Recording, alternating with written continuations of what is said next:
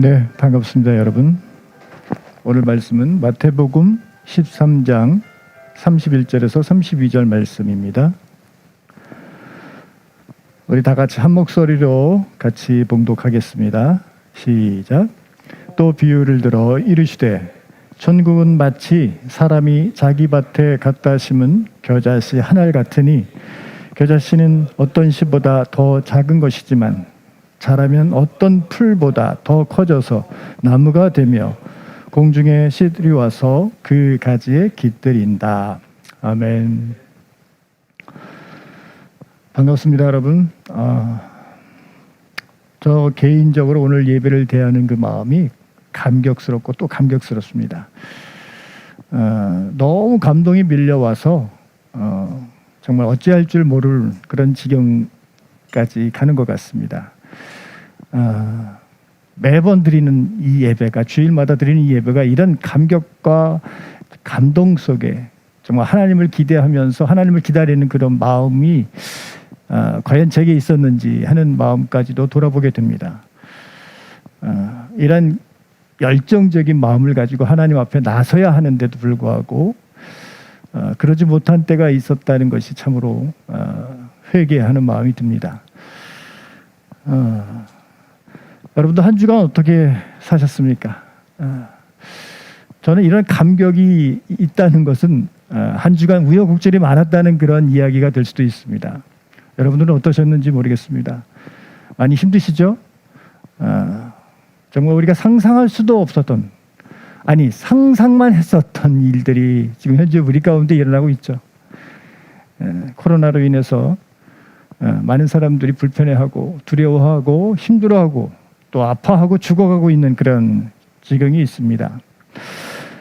저는 이 마스크를 쓰면서 우리 어른들이 마스크 쓰는 것도 참 마음이 좀 안쓰럽지만은 특별히 우리 어린아이들을 생각할 때 제 손주 손주가 어린이집에 가는데 그 어린이집에서 그 생일 잔치를 하는데 아이들이 다 마스크를 끼면서 하는 그 모습을 보고 참 너무 마음이 안 됐습니다. 아이들이 지금 태어난 아이들이 이 마스크와 더불어 이 세상을 시작해야 한다는 그 삶, 너무나 안타까운 마음이 들더라고요. 이 코로나로 인해서 우리에게는 많은 문제들이 지금 드러나고 있습니다.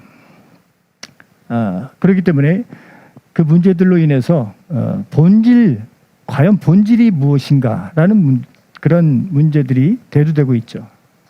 특히 코로나로 인해서 이 교회들의 민낯이 여실히 드러나고 있는 현재 그 모습입니다.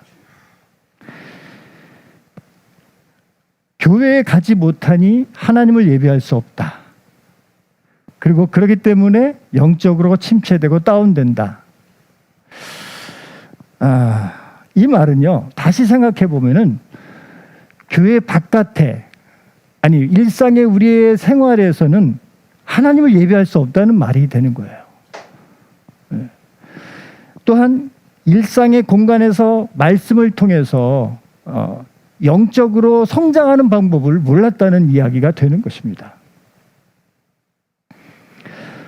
또한 성경을 직접 읽고 해석할 줄을 몰랐기에 그래서 소위 성경을 안다며 이야기하는 사람들의 말이 참인지 거짓인지 분별할 줄 모른다는 것이 드러나게 된 것입니다. 그렇기 때문에 우리는 진리를 깨닫고 진리 가운데 진정한 변화가 우리에게는 필요한 것입니다. 어떻게 그 변화를 시작할 수가 있을까요? 그 대답을 오늘 본문에서 같이 찾아보기로 하겠습니다. 오늘 본문 마태복음 13장 31절에서 32절 그 이후의 말씀은 예수님께서 말씀하신 저 천국의 비유이죠. 거기에 겨자씨가 등장을 합니다. 여러분, 겨자씨가 어떻게 생겼는지 아십니까? 겨자씨의 사진을 보시면은 굉장히 작은 그런 씨입니다. 한 1에서 2mm 정도 되는 그런 씨앗이죠. 또한 천국이라는 것이 등장합니다. 천국. 여러분들은 천국을 어떻게 생각하십니까? 이런 질문을 하면 갑자기 질문하면 당황하게 되죠.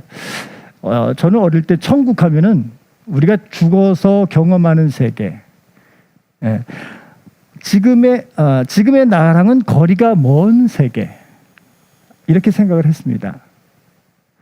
예, 이거는 뭐 잘못된 거라기보다도 성경을 절반만 이해하는 그런 답이 될 것입니다.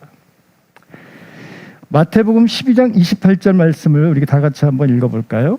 마태복음 12장 28절 시작. 그러나 내가 하나님의 성령을 힘입어 귀신을 쫓아내는 것이면 하나님의 나라가 이미 너희에게 임하였느니라. 천국, 하나님의 나라, 우리가 많이 배웠죠. 이것은 다른 것이 아니죠. 영어로 봐도 같은 의미입니다. The Kingdom of Heaven. 그래서 천국은 죽음 이후에 재림으로 경험하게 될 나라이며, 그리고 동시에 이미 이루어진 하나님의 다스리심을 의미하는 것입니다.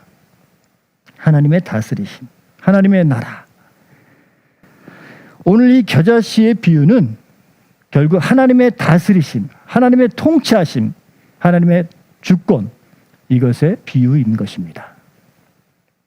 보다 정확한 말로 하나님의 다스리심은 겨자씨만한 작은 것이 아니라 그 겨자씨가 큰 나무, 큰 숲을 이루게 되는 것처럼 놀라운 변화로 이어진다는 것을 보여주는 것입니다.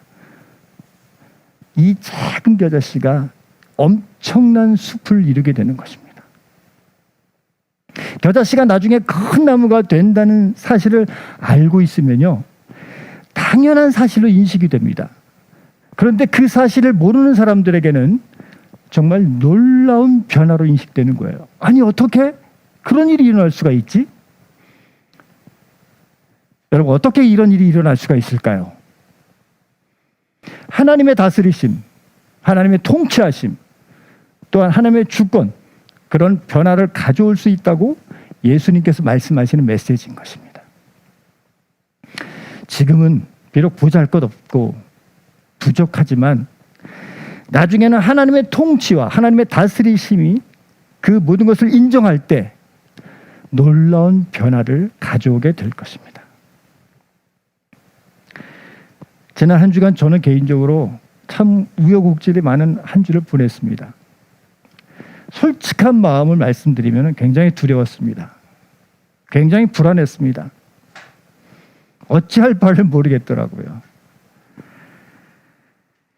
나 본인의 세상적인 한계를 인지하다 보니까, 경험하다 보니까 정말 그런 불안감과 두려움, 이런 것들이 한꺼번에 밀려오게 되더라고요.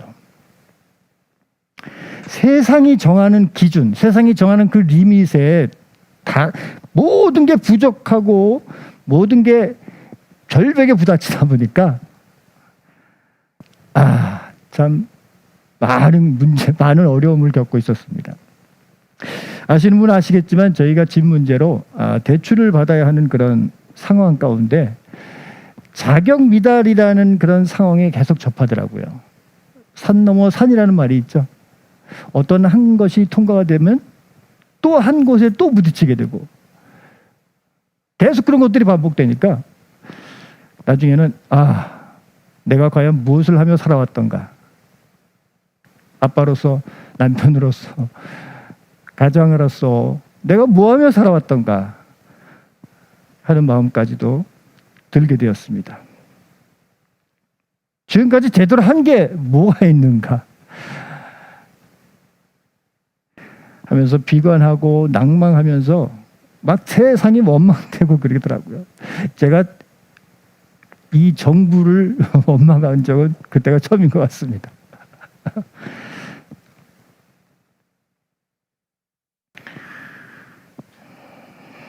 제가 오죽하면 이번 주에 이 스트레스가 너무 심해서 이 몸살까지 오고 그리고 추위에 너무 갑자기 온도 차이를 경험하다 보니까 이 심장이 예전에 심장 수술하는 그 고통이 와서 1분 동안 심장이 멎어지더라고요. 그런데 더욱 안타까운 것은요,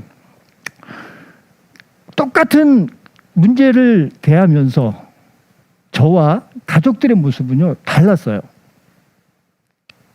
그 문제를 대하는 가족들, 특히 제 아내는요, 이 기질적으로 저보다 굉장히 생각이 많고 또 걱정을 저보다 좀 많이 하는 그런 스타일의 기질입니다. 그래서 제가 평소에도 그냥 단순하게 삽시다. 그냥 긍정적으로 삽시다. 우리 좋게 살아갑시다. 사소한 것에 너무 신경을 쓰지 맙시다. 이렇게 얘기하는 그런 사람이었는데, 그런 아내가 그 똑같은 문제를 대하면서 저와는 너무 사뭇 달라 보였습니다. 굉장히 평안했어요. 그리고 오히려 저보다 더 담대했습니다.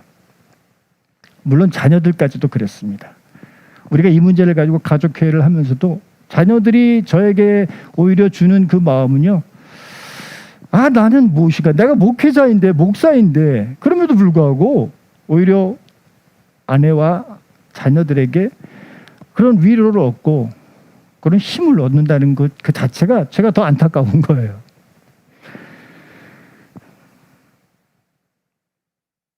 그리고 요새 제가 오늘도 신실하신 하나님에 대한 시리즈로 계속 설교를 하고 있는 이 와중에 저의 모습이 그러다 보니까 비관이 되고 더 낭망이 되고 그런 마음이 있었습니다. 그러다 보니까 더 비관적이다가도 이렇게 같은 문제를 가지고 의연한 모습들을 보인 그런 아내와 자녀들 생각에 정신을 차리게 되더라고요. 정신을 똑바로 차려야 된다는 걸 깨닫게 됩니다. 바로 하나님의 다스리심, 또한 하나님의 통치하심, 하나님의 주권을 믿음으로 선포하며 나갈 때 이런 문제를 극복할 수 있음을 기도하며 나가게 되었습니다. 그래서 저는 매일마다 아침에 일어나서 드리는 기도가 있습니다. 그 기도에 앞에 그 첫 서두에 이렇게 기도를 합니다. 그리스도 안에서 선한 일로 지음받은 하나님의 걸작품, 축복의 통로, 은혜의 통로로서 오늘 하루도 하나님의 나라를 세우며 나가는 저와 가족들이 되겠습니다. 이런 기도를 하는데 그 앞에 이 기도가 들어가는 거예요. 여호와의 다스리심과 여호와의 통치하심과 여호와의 주권을 선포하며 오늘도 믿음의 선한 싸움을 승리하며 나아가는 주의 용사가 되겠습니다. 이렇게 기도하게 되더라고요. 여러분, 우리는 늘 전쟁터와 같은 세상 속에서 하루하루 싸우며 살아가고 있는, 한마디로 영적 전쟁 중인 주님의 용사들입니다.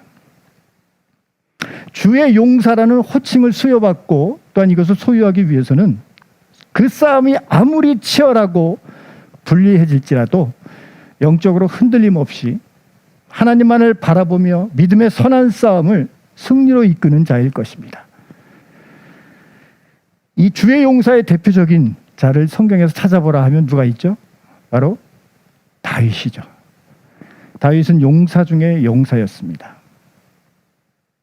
사무엘하 22장 21절에서 30절 말씀, 조금 길지만 우리가 같이 한번 볼 필요가 있을 것 같습니다. 같이 한번 읽어볼까요? 시작. 여호와께서 내 공의를 따라 상 주시며 내 손의 깨끗함을 따라 갚으셨으니 이는 내가 여호와의 도를 지키고 악을 행함으로 내 하나님을 떠나지 아니하였으며 그의 모든 법도를 내 앞에 두고 그의 규례를 버리지 아니하였음이로다. 내가 또 그의 앞에 완전하여 스스로 지켜 죄악을 피하였나니 그러므로 여호와께서 내 의대로 그의 눈앞에서 내 깨끗한 대로 내게 갚으셨도다. 자비한 자에게는 주의 자비하심을 나타내시며 완전한 자에게는 주의 완전하심을 보이시며 깨끗한 자에게는 주의 깨끗하심을 보이시며 사악한 자에게는 주의 거스르심을 보이시리이다. 주께서 공고한 백성은 구원하시고 교만한 자를 살피사 낮추시리이다. 여호와여, 주는 나의 등불이시니 여호와께서 나의 어둠을 밝히시리이다.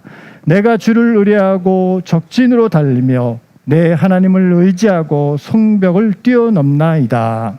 아멘.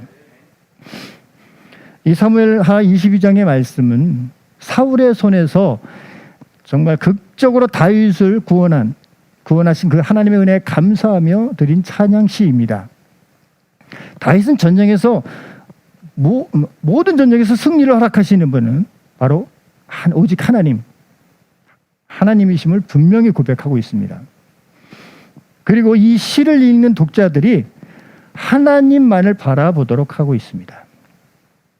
그런데 21절에서 25절 말씀을 한번 이렇게 보시면요, 이 말씀을 읽다 보면은 마치 다윗 자신이 의로운 사람이며 이 때문에 하나님께서 그에게 복을 주셨다라고 생각할 수 있습니다. 하지만 이것은 다윗의 자기 자랑이나 교만이 결코 아닌 것입니다. 오히려 순종하는 자에게는 베푸시는 하나님의 은혜가 무엇인지를 가르쳐 주기 위함인 것이죠.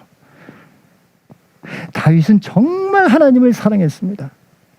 정말 하나님을 사랑해서 하나님의 말씀에 순종하기 위해서 힘썼던 사람입니다.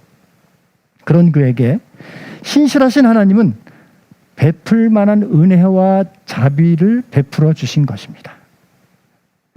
다윗은 어떤 상황 속에서도 신실하신 하나님만을 의지한다고 고백을 합니다.